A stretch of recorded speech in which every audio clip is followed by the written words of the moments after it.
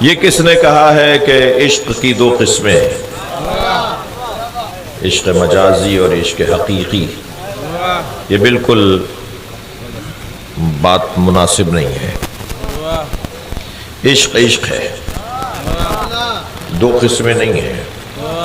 وہ عشق ہی کیا جو معشوق کے پالینے پہ ختم ہو جائے۔ عشق تو اسے کہتے ہیں جو معشوق کے پالینے پہ شروع ہوتا، اور عشق حقیقی ہی وہ ہے کہ جو معشوق کے پالینے پہ شروع ہوتا ہے۔ یعنی جب نماز میں ذائقہ آنے لگے تو سمجھیں عشق ہو گیا ہے۔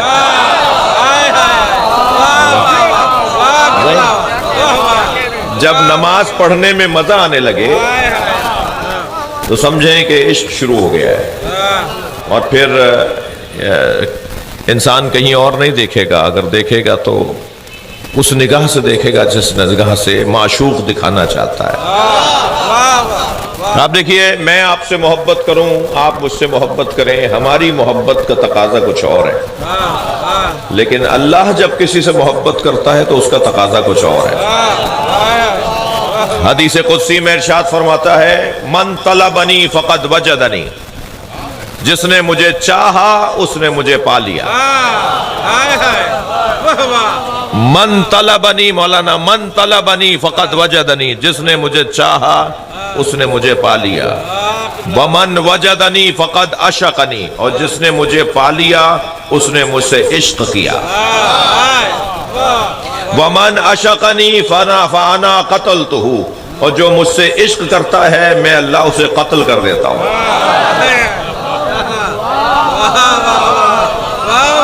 بھئی حدیث قدسی سنا رہا ہوں آپ کو، اللہ کا کلام سنا رہا ہوں۔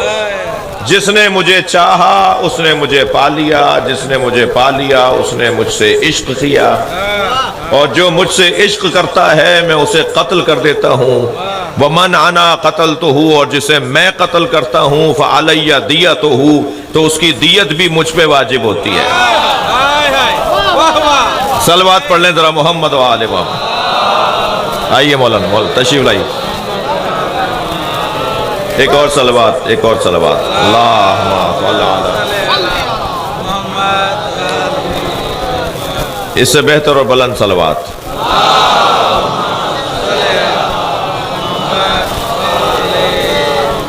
سماعت فرما رہے ہیں آپ؟ جسے میں قتل کر دیتا ہوں اس کی دیت بھی میرے اوپر ہے۔ دیت کون دیتا ہے بھائی؟ قاتل۔ آپ نے کسی کو قتل نہیں کیا نا، اس لیے آپ کو پتہ نہیں ہے۔ اللہ نہ کرے جو ہمیں یہ جرم شیطان کروائے۔ یہ مجمع نہیں، تھوڑا سا ادھر ہو جائیے،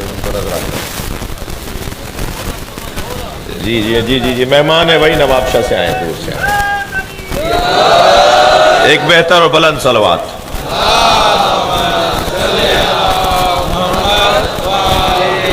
مولانا اجازت ہے؟ پتہ نہیں کیوں میری زبان پہ یہ لفظ آ گیا کہ یہ جو مجمع ہے نا، یہ مقتول کو رونے والا ہے، قاتل سے اس کا تعلق نہیں ہے۔ لہذا حسین مولا کے نام پر جو روتا ہے نا، وہ قتل کے لفظ سے اس کا کوئی تعلق نہیں۔ کوئی بھی فرش عزا پہ بیٹھنے والا قاتل نہیں ہو سکتا۔ ہمارا کام قتل کرنا نہیں ہے، ہم مقتول کو رونے والے ہیں۔ کچھ لوگ ہیں جو کہتے ہیں کہ کوفے میں انہوں نے خود مارا تھا، اب ان کی اولادیں رو رہی ہیں۔ میں انہیں آئینہ دکھانا چاہتا ہوں۔ علامہ نقن صاحب کا بڑا حسین جملہ ہے۔ نقن صاحب فرماتے ہیں، اگر کوفے والوں کا رنگ و بو حلیہ ہماری طرح تھا تو ہم حسین کے قاتلوں پہ لعنت بھیج کے ان سے تعلق توڑتے ہیں۔ اگر تمہارا تعلق نہیں ہے تو تم بھی لعنت بھیجو، مگر تمہارا لعنت نہ بھیجنا بتاتا ہے کہ تعلق تو تمہارا ہے۔ تھک رہے ہیں آپ میری باتوں سے؟ اچھی بڑی تعداد مجلس میں آ گئی ہے، تھوڑی تھوڑی سی جگہ بنا لیجئے۔ اب احباب اندر تھوڑا سا آگے آنے کی زحمت فرمائیے۔ حسینیت، حسینیت، یتیم یزیدیہ آئیے آئیے تشریف لائیے. الباقی ہر دشمن تلانا نعرہ حیدری. ممنون ہوں آپ کا. تھوڑا تھوڑا سا آگے آ جائیے میرے احباب، اور مسلسل اندر آ رہے ہیں، ان کے لیے جگہ بنے گی. ایک صلوات پڑھتے ہوئے تھوڑا آگے آئیے.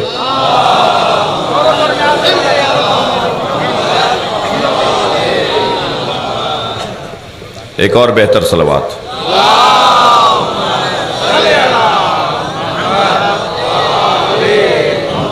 میرے عزیز جب تک بیٹھے ہیں ایک اور صلوات.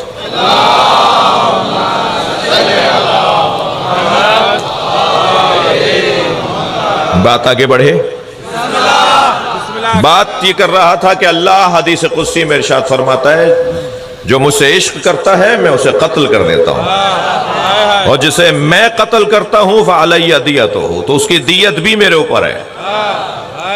وعلی دیتہ، اس کی دیت بھی میرے اوپر ہے. وانا دیتہ، اور میں خود اس کی دیت بن جاتا ہوں. اب اس کا ہاتھ نہیں ہوتا، ید اللہ ہو جاتا ہے. اس کی زبان نہیں ہوتی، لسان اللہ ہو جاتی ہے. اس کی آنکھیں نہیں ہوتی، عین اللہ ہو جاتی ہیں. تم اسے پکارو گے، جواب میں دوں گا. عشق میرے عزیزوں، میرے بچوں، جوانوں، عشق ایک ہی ہے. اللہ آپ کو مولا رضا کی زیارت کا شرف عطا کرے. جب آپ وہاں جائیں تو اس کے ساتھ حرم امام رضا کے ساتھ ایک مسجد ہے، مسجد گوہر شاد. وہ خانم گوہر شاد نے بنوائی تھی، تیمور لنگ کی زوجہ نے. افغانستان میں اس کا مزار ہے. اس نے اعلان کیا تھا کہ اس مسجد کی تعمیر میں مزدوری پر اسے رکھا جائے گا جس کی نماز قضا نہ ہوئی ہو. جتنے بھی مزدور رکھے گئے وہ سارے وہ رکھے گئے جن کی نماز قضا نہیں تھی. مسجد بن رہی ہے بھائی، کوئی سینما تو نہیں بن رہا. اگر امام بارگاہ اور مسجد کی تعمیر میں ہی بے نمازی ہاتھ لگا رہے ہوں تو اس مسجد کی بنیاد تقوی پر کہاں ہے؟ اور جن اداروں کی بنیاد تقوی پہ نہیں رکھی جاتی ان میں روزانہ جھگڑے ہوتے ہیں. آپ پورے پاکستان میں دیکھ لیجئے کون کون سے امام بارگاہوں میں، کون کون سی مسجدوں میں جھگڑے ہیں. جہاں بھی جھگڑے ہیں نا، آپ یقین رکھیے کہ بنیاد تقوی پہ نہیں ہے. کیوں خاموش ہو گئے؟ مولانا تشریف لا رہے ہیں. محمد علی محمد صلوات. میر صاحب بھائی،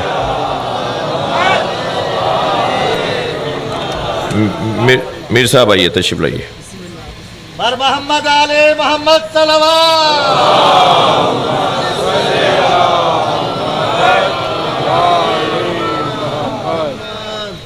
بسم اللہ سید، بسم اللہ. تھوڑی کڑوی بات تو نہیں کی میں نے. اگر کسی مسجد یا امام بارگاہ میں، کسی مدرسے میں، کسی درگاہ پر جھگڑا ہو رہا ہے نا، تو جھگڑا ہونا بتا رہا ہے کہ اس کی بنیادیں تقوی پہ نہیں ہیں. میں کوئی 20 سال تک تقریباً ایک مسجد میں خادم رہا، اور اب بھی اس مسجد سے میرا تعلق ہے. محراب میں کھڑے ہو کے نماز پڑھتا رہا. تو ایک دن باہر نکلا تو مسجد کے صحن میں 2 لڑکے آپس میں لڑ رہے تھے، اور ایک مسلسل بدتمیزی کر رہا تھا اور دوسرا کہہ رہا تھا کہ مسجد سے باہر چلو تو بات کرتے ہیں. تو میں نے اسے کہا تم مسجد سے باہر جا کے اسے کیا بولو گے؟ کہنے لگا مولانا یہ مسجد ہے، اللہ کا گھر ہے، یہ لڑنے کی جگہ نہیں ہے. میں باہر جا کر اس کو جواب دوں گا، یہاں اسے جواب نہیں دوں گا. میں نے کہا یہاں کیوں جواب نہیں دو گے؟ اللہ دیکھ رہا ہے. تو باہر بھی اللہ دیکھ رہا ہے، باہر بھی جا کے اس سے لڑائی نہیں کرنا. مگر میں نے اس کا ماتھا چوما. میں نے کہا کہ یہ مجھے کوئی تو ملا جو مسجد میں یہ کہے کہ یہ لڑنے کی جگہ نہیں ہے. عجیب سی زندگیاں ہوتی چلی جا رہی ہیں جی. جیسے بعض روڈ اور چاراہوں پر سرخ بتی نہیں ہوتی، ایسے بعض لوگوں کی زندگی میں سرخ بتی نہیں ہے. دوڑے چلے جا رہے ہیں، جو زبان منہ میں آ رہا ہے بول رہے ہیں، جو دماغ میں آ رہا ہے بولتے چلے جاتے ہیں. سوچتے نہیں ہے کہ یہاں حسین آئے ہوئے ہیں، یہ مجلس ہے، یہاں سیدہ آئی ہوئی ہیں. اور پھر بھی کوئی تکرار، پھر بھی کوئی ابے تبے، پھر بھی کوئی تو تڑاخ۔ لہٰذا میرے عزیزوں، میرے بچوں، میرے جوانوں، بزرگوں کو میں کوئی نئی بات نہیں کر رہا، یہ مجھ سے ناراض نہ ہوں۔ بسم اللہ میں تو آپ سے بات کر رہا ہوں جو میری بات سن رہے ہیں بسم اللہ بسم اللہ اور تھوڑا بہت عمل بھی کر رہے ہیں ان باتوں پر۔ جیو سید جیو۔ عشق، عشق ایک ہی ہے بھائی۔ آنند گوہر شاہ نے کہا کہ مزدوری پر وہ رکھا جائے گا جس کی نماز قضا نہ ہوئی ہو۔ مسجد مسلسل بنتی چلی گئی، یہ ہر کچھ دن کے بعد وزٹ پہ جاتی تھی تاکہ دیکھیں تعمیرات کہاں تک پہنچی ہے۔ جو ان مزدوروں کا استاد تھا، ٹھیکیدار تھا، مستری تھا، جو بھی آپ نام دیں، وہ خانم کو گزارش سناتا تھا کہ آج یہ کام ہو گیا ہے، اب اتنا باقی رہ گیا ہے، اب یہ پیسے چاہیے، اب یہ وسائل چاہیے۔ اور خانم ان سے سنتی تھی۔ ایک دن اتفاقاً خانم کے چہرے سے نقاب ہٹ گئی، تو یہ جو استاد تھے یہ ان کا چہرہ دیکھ کر فریفتہ ہو گئے۔ دوسرے دن سے کام پر نہیں آئے۔ کام جب رکا تو خانم گوہر شاد نے پوچھا جی ماجرا کیا ہے؟ کہا وہ جو استاد ہیں جو آپ کو روزانہ گزارش سناتے ہیں وہ نہیں آ رہے ہیں کام پر۔ کیوں نہیں آ رہے ہیں؟ کہا جی وہ کہتے ہیں کہ میرا تو دل ہی خراب ہو گیا ہے، میں تو ان سے شادی کروں گا، میں نہیں آ رہا اب کام پہ۔ انہوں نے کہا جی ان کو پتہ نہیں ہے میں بادشاہ کی زوجہ ہوں، بادشاہ کی زوجہ ہوں۔ کہا بس وہ کہہ رہے ہیں جی میں کیا کر سکتا ہوں، میرے تو ہاتھ میں ہی نہیں ہے۔ کہا ٹھیک ہے، اب ان سے کہہ دیجئے کہ یہ کام جاری رکھیں، مگر میری ایک شرط ہے، میں ان سے شادی کروں گی، اپنے شوہر سے علیحدگی لے کر عدت گزار کر میں ان سے شادی کروں گی، مگر اب میری شرط یہ ہے کہ نماز شب پڑھے بغیر مسجد نہ بنائے۔ جی اور اس نے شرط مان لی، نماز شب پڑھ کر مسجد بنائی، مسجد مکمل ہو گئی۔ خانم گوہر شاد نے ان کو پیغام بھیجا کہ میں آمادہ ہوں اپنے وعدے پر، میں اپنے شوہر تیمور لنگ سے طلاق لے لیتی ہوں، عدت گزار کے تمہارے ساتھ شادی کروں گی، میں نے وعدہ کیا تھا۔ تو جب اسے پیغام پہنچا تو اس نے کہا نہیں اس کی کوئی ضرورت نہیں ہے، نماز شب پڑھنے کی وجہ سے میں عشق حقیقی سے آشنا ہو گیا۔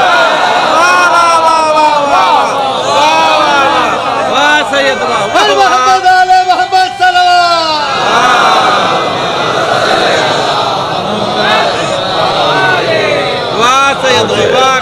میں بچوں جوانوں سے انتہائی پیار سے، محبت سے، عاجزانہ جی انداز سے بات کر رہا ہوں، نماز قضا نہیں کرو۔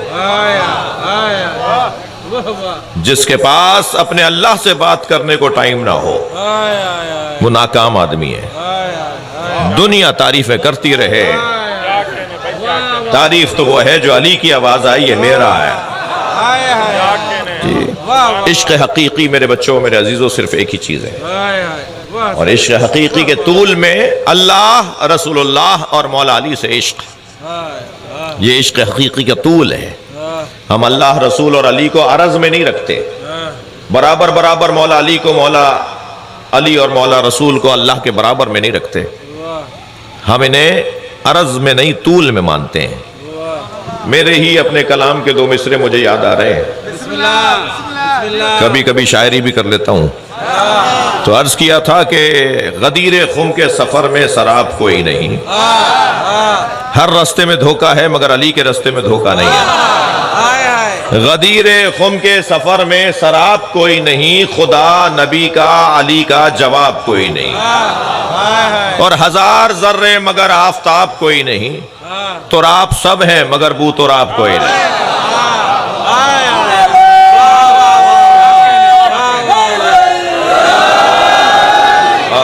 اور جس ایک شعر کی خاطر میں نے آپ کو دو مطلع سنا دیے، وہ شعر میرا میں جو سنانا چاہ رہا تھا وہ یہ شعر ہے کہ خدا کے بعد نبی اور نبی کے بعد علی، یہ ترتیب ہے، یہ تصور ہے عقائد امامیہ میں۔ خدا کے بعد نبی اور نبی کے بعد علی، اس ایک بات سے روشن کتاب کوئی نہیں۔ اور اگر تھک نہیں رہے تو ایک شعر مجھے اسی زمین میں اور یاد آ رہا ہے، کروں میں ترک تبرہ یہ غیر ممکن ہے، یاد رہے اہل سنت کے مقدسات کی توہین کرنا حرام ہے۔ ہمارے سارے فقہا کا فتویٰ ہے کہ اہل سنت کے مقدسات کی توہین کرنا حرام ہے، مگر اس کا یہ مطلب نہیں ہے کہ ہم غدیر نہیں پڑھیں گے، اس کا یہ مطلب نہیں ہے کہ ہم سقیفہ کا حال بیان نہیں کریں گے۔ اس کا یہ مطلب نہیں ہے کہ سیدہ کے مصائب بیان نہیں کریں گے، اس کا یہ ہرگز مطلب نہیں ہے کہ ہم فدق نہیں پڑھیں گے۔ اہل سنت کے مقدسات کی توہین کرنا حرام ہے، مگر ان کے مقدسات ہمارے لیے آئیڈیل نہیں ہے۔ ہاں، اس سے غلط فہمی ہوتی ہے کہ مولانا نے تو کوئی فیصلہ کر لیا۔ میں کون ہوتا ہوں فیصلہ کرنے والا؟ جنہوں نے اہل بیت سے جنگ لڑی ہے، ہمارے نزدیک ان کی کوئی حیثیت نہیں ہے، ہم انہیں جاننا بھی نہیں چاہتے، ہمیں ان کا صحیح نام بھی لینا نہیں آتا۔ مقدس ممبر ہے، ہمارے پاس علی سمجھنے کا وقت نہیں ہے، تو دشمن علی کو کیا سمجھے؟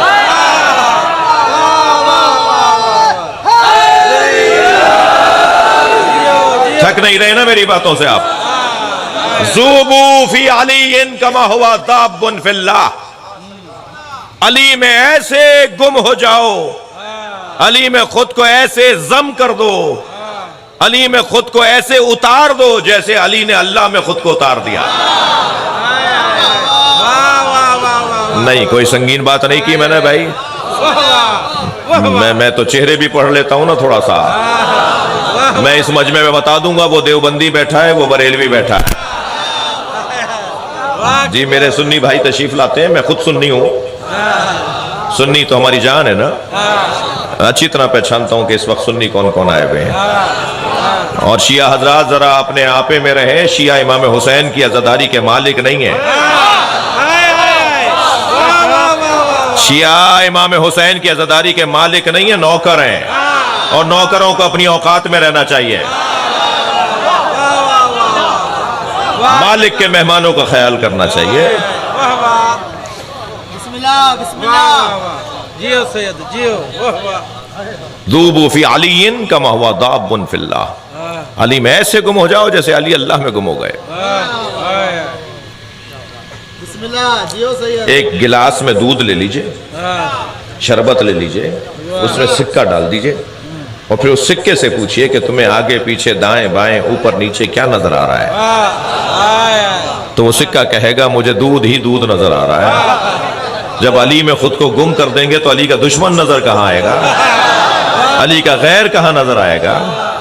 جی میں ایک دکان پر گیا، میں نے کہا جی برتن بیچنے والے سے میں نے کہا کہ مجھے 6 گلاس دے دو، ایک جگ دے دو۔ اس نے سامنے والی میز پہ 6 گلاس رکھ دیا اور ایک جگ رکھ دیا، مجھے ایک گلاس چھوٹا لگا، میں نے وہ اٹھا کر کہا کہ یہ چھوٹا ہے، باقی 5 ایک جیسے ہیں، یہ والا بھی ان کی طرح کا لے کے آؤ۔ وہ کہنے لگا نہیں برابر کا ہے، یہ بھی انہی جیسا ہے۔ میں نے کہا نہیں بھائی یہ چھوٹا ہے۔ وہ بحثنے لگا تو میں نے کہا میں تم سے بحث نہیں کروں گا۔ میں نے وہ چھوٹا گلاس ایک بڑے گلاس کے اندر ڈال دیا اور وہ گلاس اندر چلا گیا۔ میں نے کہا اس کا اندر جانا بتا رہا ہے کہ جانے والا چھوٹا ہے، لینے والا بڑا ہے۔ جب میں کہہ رہا ہوں ایسے علی میں گم ہو جاؤ جیسے علی اللہ میں گم ہو گئے، تو اللہ اکبر تو سمجھ میں آتا ہے۔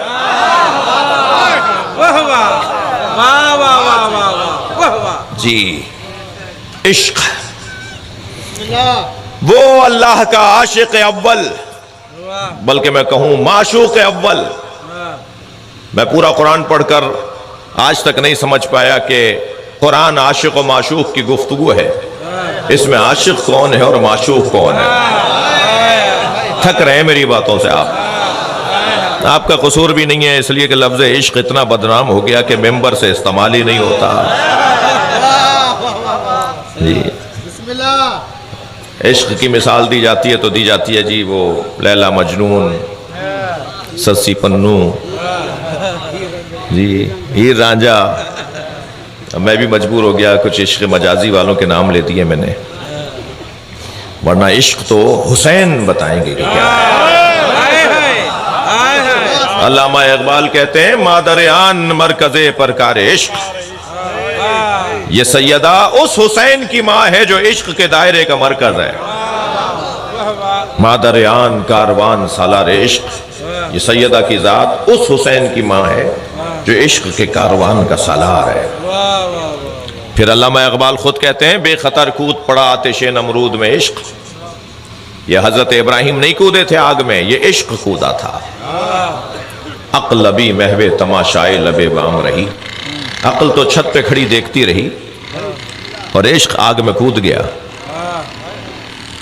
اس وقت میں بہت سارے لوگوں کو مولانا دیکھ رہا ہوں، ان کو پہلو بدلنے کی جگہ نہیں مل رہی، بعض دوستوں کو بیٹھنے کی جگہ نہیں مل رہی، ادھر ہیں جی۔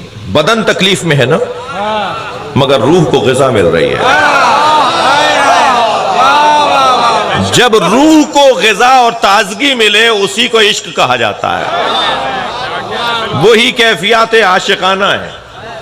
اب یہاں پھر مجھے اقبال کے دو مصرے یاد آ رہے ہیں، اقبال سننا چاہ رہے ہیں؟ علامہ اقبال، پھر علامہ اقبال فرماتے ہیں عشق پر اعمال کی بنیاد رکھ۔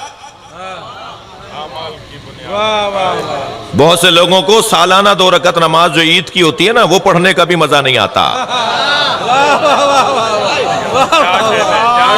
اور بہت سارے لوگ ایک رکوع میں 2 گھنٹے گزار دیتے ہیں، ساری رات کا سجدہ کرتے ہیں۔ جسے ساری رات کا سجدہ مزہ دے رہا ہے اور اسے سال بھر کی 2 رکعت نماز بھی مزہ نہیں دے رہی، اس کا مطلب یہ ہے کہ اس کی روح بیمار ہے۔ تھک گئے میری باتوں سے آپ جو آخر میں بیٹھے ہیں، میری آواز جا رہی ہے جی؟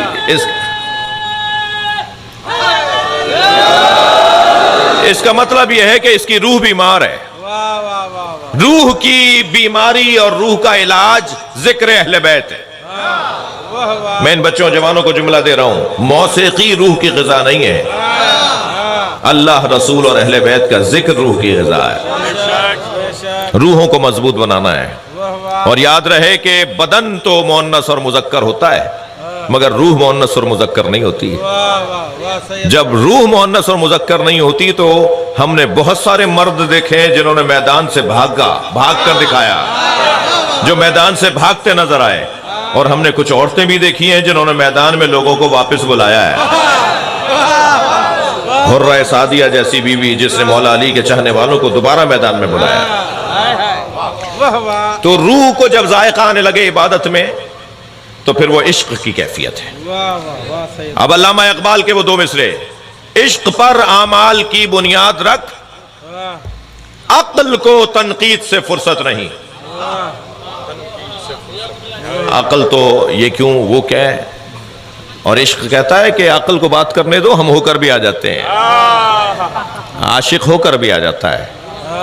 ویسے بھی میں سندھ میں مجلس پڑھ رہا ہوں، خود بھی سندھی ہوں، پنجابی اسپیکنگ سندھی ہو سکتے ہیں، پٹھان پشتو بولنے والے سندھی ہو سکتے ہیں، سرائکی بولنے والے سندھی ہو سکتے ہیں، تو اردو بولنے والے سندھی کیوں نہیں ہو سکتے؟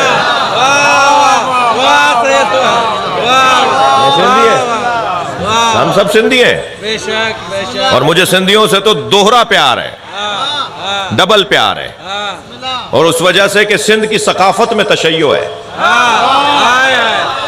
یہاں کا ہندو بھی عالی مدد بولتا ہے، سنی تو ویسے ہی مولائی ہے جی۔ میں نے مولانا یہ جملہ ایک جگہ کہا تو ایک بہت بڑا نام ہے، نام نہیں لے سکوں گا میں اپنے محترم لوگوں دوستوں کے سامنے، ہندو ایک بڑے زمیندار ہیں سندھ کے، انہوں نے مجھے فون کیا کہ آپ کا یہ کلپ سن کے میں نے اپنے پوتے کا نام علی آنند رکھ دیا۔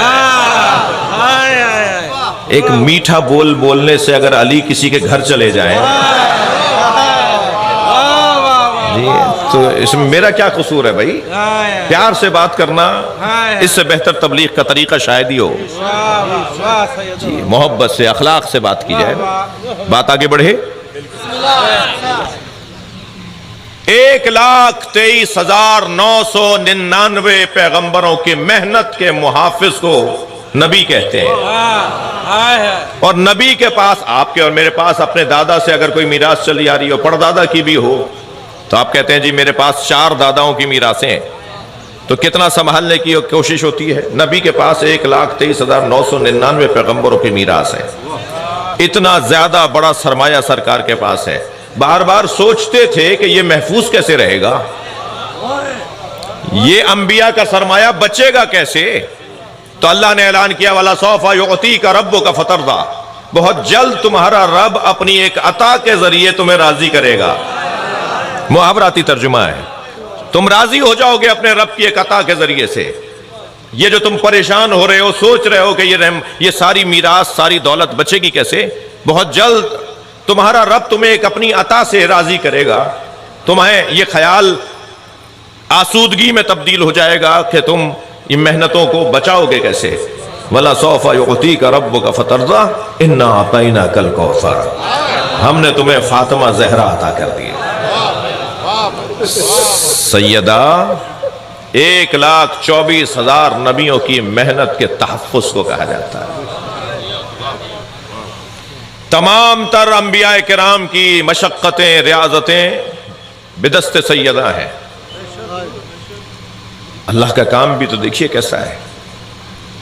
1,24,000 نبیوں میں اور 12 اماموں میں ایک سیدہ کو اللہ نے کافی سمجھا. وہ سارے مرد، یہ ایک بی بی. 1,24,000 نبیوں کی محنتوں کی ضامن، 12 اماموں کی محنتوں کی ضامن، تشیع کی بانی جناب زہرا ہیں. یہ شیعت جو مذہب ہے، شیعت، یہ جو شیعت مذہب ہے، اس کی بنیاد سیدہ نے رکھی ہے. یہ کوئی حادثتاً نہیں ہوا ہے. سیدہ نے تشیع کی بنیاد رکھی ہے دربار میں فدق مانگ کے.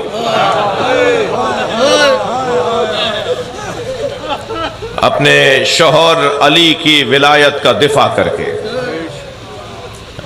اگر سیدہ نے نہ مانگا ہوتا نا، اللہ کا کام بھی تو اللہ کا ہے، ہر ایک سے اس کے مزاج کے مطابق امتحان لیتا ہے. حضرت ابراہیم کے ہم منت مرادوں کے بعد حضرت اسماعیل کی ولادت ہوئی. اللہ نے فرمایا اسماعیل کے گلے پہ چھری چلا دو. یہ حضرت ابراہیم کا امتحان تھا. حضرت یوسف پانی سے ہولتے تھے، انہیں پانی سے ہول آتی تھی. یہ حضرت یوسف کا امتحان تھا کہ بھائیوں نے حضرت یوسف کے کنویں میں پھینک دیا. جی سنیں گے، مولا علی کے ہاں غیرت مندی بہت تھی. ایک یہودی عورت کو بازار میں پٹتے ہوئے دیکھا تھا. 3 دن تک علی نے کھانا نہیں کھایا. اجرکم اللہ، اجرکم اللہ. جب مولا علی کے سامنے کھانا آتا تھا نا، مولا فرماتے تھے میں نے ایک عورت کو پٹتے ہوئے دیکھا ہے. جو اجنبی عورت کو پٹتے ہوئے دیکھے اس سے کھانا پانی اٹھ جائے، اس نے اپنی زوجہ پہ جلتا ہوا گرتا ہوا دروازہ کیسے دیکھا. اجرکم اللہ، اجرکم اللہ. آپ آمادہ ہو گئے رونے کے لیے؟ گزارش کروں گا جب مجلس میں بیٹھا کریں تکلف کر کے نہ رویا کریں، اپنی آوازوں کو آزاد کیا کریں. جب آپ بلند آواز سے بگڑے ہوئے چہرے کے ساتھ روتے ہیں نا، تو آپ کا یہ بگڑا ہوا چہرہ زہرا کو بہت اچھا لگتا ہے. سیدہ ہماری مددگار ہوں گی. جب آپ بلند آواز سے روتے ہیں، امام جعفر صادق دعا دیتے ہیں. امام محمد باقر تو مصلی بچھا کے عزاداروں کے لیے دعا کرتے ہیں. امام رضا تو آرزو کے ساتھ کہتے ہیں تم میرے جد پر کب روئے تھے؟ کتنے دن ہو گئے زیارت کیے ہوئے؟ لہذا عزاداروں مجلس میں تکلف نہیں کیا کریں. اللہ آپ کو کوئی غم نہ دے سوائے غم اہل بیت کے. ہمیں رونے اور رلانے والوں میں قرار دے. جی مولا علی کے مزاج میں غیرت مندی بہت تھی. یہ حضرت امیر المومنین کا امتحان تھا. امام حسن کو، امام حسین کو اللہ نے ان کے حساب سے آزمایا ہے. مثلا امام حسین کو پیاس بہت لگتی تھی. دنیا میں آنے سے پہلے اپنی ماں زہرا سے کہتے تھے میں پیاسا ہوں. ایک دن نبی سے کہا جناب زہرا نے بابا یہ بچہ مجھے رلاتا ہے، یہ بچہ جو میرے شکم میں ہے یہ مجھے رلاتا ہے. کہا یہ کیسے رلاتا ہے؟ کہا بابا یہ کہتا ہے میں بھوکا ہوں، اماں میں پیاسا ہوں.